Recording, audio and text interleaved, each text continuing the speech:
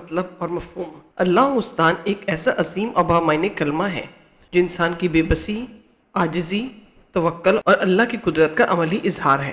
یہ کلمہ نہ صرف زبان سے نکلتا ہے بلکہ دل کے یقین، ایمان کی پختگی اور رب ذوالجلال سے وابستگی کا اعلان ہے۔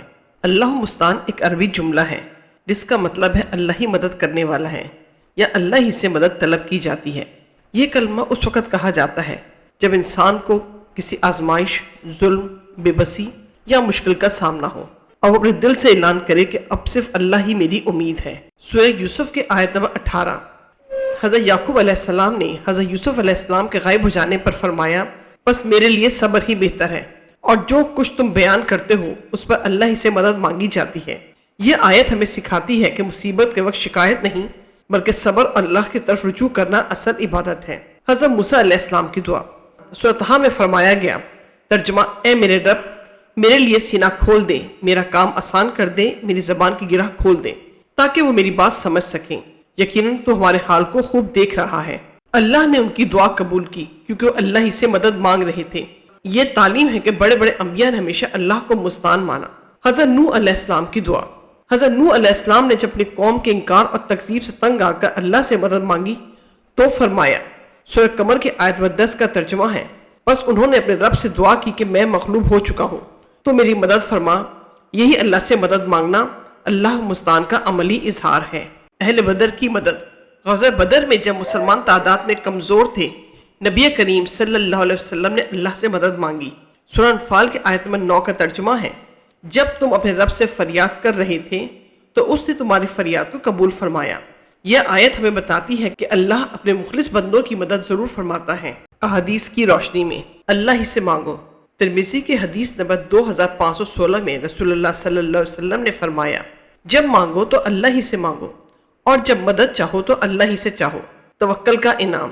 ترمذی کے حدیث نمبر 2344 میں رسول اللہ صلی اللہ علیہ وسلم نے فرمایا، اگر تم اللہ پر ویسا ہی توکل کرو جیسا کہ اس کا حق ہے تو وہ تمہیں ایسے رزق دے گا جیسے پرندے کو دیتا ہے، صبح خالی پیٹ نکلتا ہے اور شام کو پیٹ بھر کر لوٹتا ہے۔ مخلوق سے بے نیازی۔ نبی کریم صلی اللہ علیہ وسلم نے فرمایا، جو بندہ لوگوں سے بے نیاز ہو کر صرف اللہ سے مانگتا ہے اللہ اسے کافی ہو جاتا ہے۔ اہمیت اور فضیلت۔ توحید کا اظہاریہ۔ اللہ مستعان کہنا دراصل بندے کے عقیدے کی گواہی ہے کہ ساری قوت، طاقت اور مدد صرف اللہ ہی کے ہاتھ میں ہے۔ صبر کے ساتھ جڑا ہوا جملہ۔ جب انسان اللہ مستعان کہتا ہے تو یہ صبر کی علامت بن جاتا ہے کہ بندہ اللہ کی طرف متوجہ ہے۔ مایوسی سے نجات۔ یہ جملہ انسان کو مایوسی سے نکال کر یقین، امید اور توکل کی طرف لے جاتا ہے۔ دعاؤں کی قبولیت کا ذریعہ۔ کیونکہ یہ جملہ اللہ سے مدد مانگنے کا اعلان ہے تو یہ اللہ کو بہت محبوب ہے۔ عملی زندگی میں استعمال کے مواقع۔ جب کسی آزمائش یا مصیبت میں ہو، جب لوگ غلط الزام لگائیں، جب منصوبے ناکام ہو جائیں، جب رزق میں تنگی ہو اور جب دل میں بے چینی ہو، جب کسی سے انصاف نہ مل رہا ہو، تو ایسے ہر موقع پر کہیے کہ اللہ مستعان اور اپنے دل کو اللہ کے حوالے کر دیجیے۔ پیارے بھائیوں اور بہنوں، زندگی میں سب کچھ ہمارے قابو میں نہیں ہوتا۔ لوگ بدل جاتے ہیں، حالات سخت ہو جاتے ہیں، لیکن اللہ کبھی نہیں بدلتا۔ جب آپ اللہ مستعان کہتے ہیں تو گویا آپ اپنے دل، اپنی پریشانی، اپنے دکھ اللہ کے سپرد کر رہے ہوتے ہیں، اور جو اپنے معاملات اللہ کے سپرد کر دے اللہ اسے کبھی تنہا نہیں چھوڑتا۔ تو آئیے ہم سب عہد کریں کہ آئندہ جب کوئی پریشانی آئے یا دل بے چین ہو تو زبان پر یہ الفاظ ضرور ہوں، اللہ مستعان۔ اللہ ہمیں حقیقی توکل، صبر اور ایمان عطا فرمائے، آمین یا رب العالمین۔